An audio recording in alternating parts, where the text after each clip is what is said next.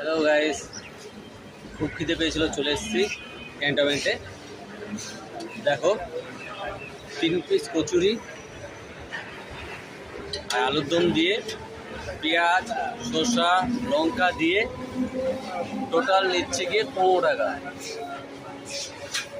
চলো খেয়ে দেখি কেমন সস্তা। ঠিকই খেয়ে দেখতে হবে, তবে তো বুঝতে পারবো।